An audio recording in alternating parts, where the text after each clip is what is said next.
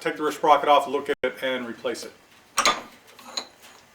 Right, this is from a Classic. I think the one for the later models looks different, but you can see that there's these nylock nuts on the back, and then bolts go in from the front. And this is a sprocket specialist sprocket that I used the last time. So first thing I'm going to do is loosen up the bolts.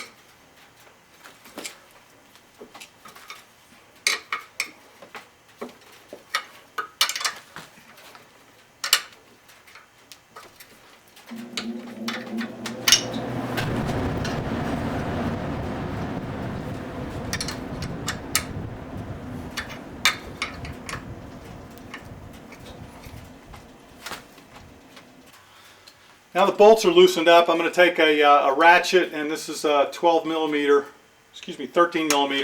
and I'm just going to go ahead and remove the bolts.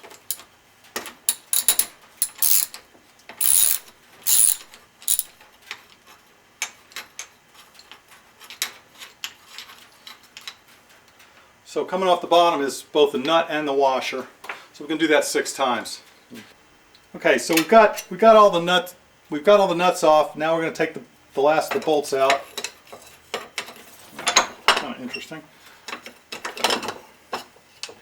And then we're going to compare this sprocket to a new sprocket, because that's how you really know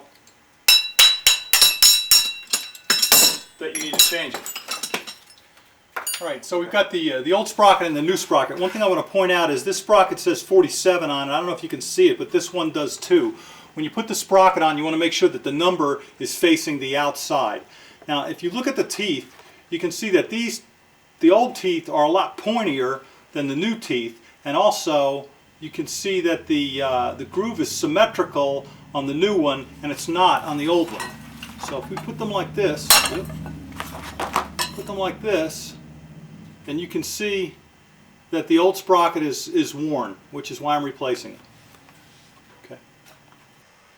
All right, now I cleaned the hub up a little bit, why not? And with the 47 showing on the outside, just put the sprocket on, and then put the 6 bolts in.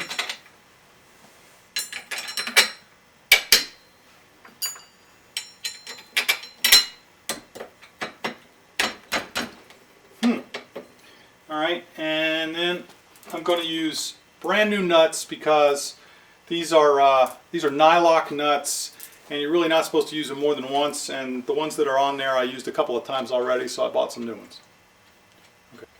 Okay, with the washers and the nuts on, I'm going to tighten up all these bolts until they just stop.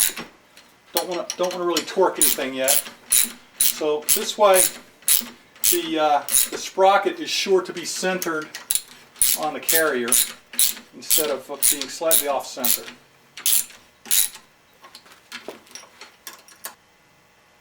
Okay, so with all the bolts in and snug, I'm going to torque them.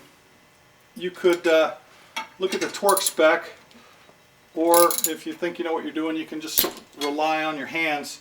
So I did opposite ones, kind of like torquing lug nuts. Want to do them opposite. Now we're going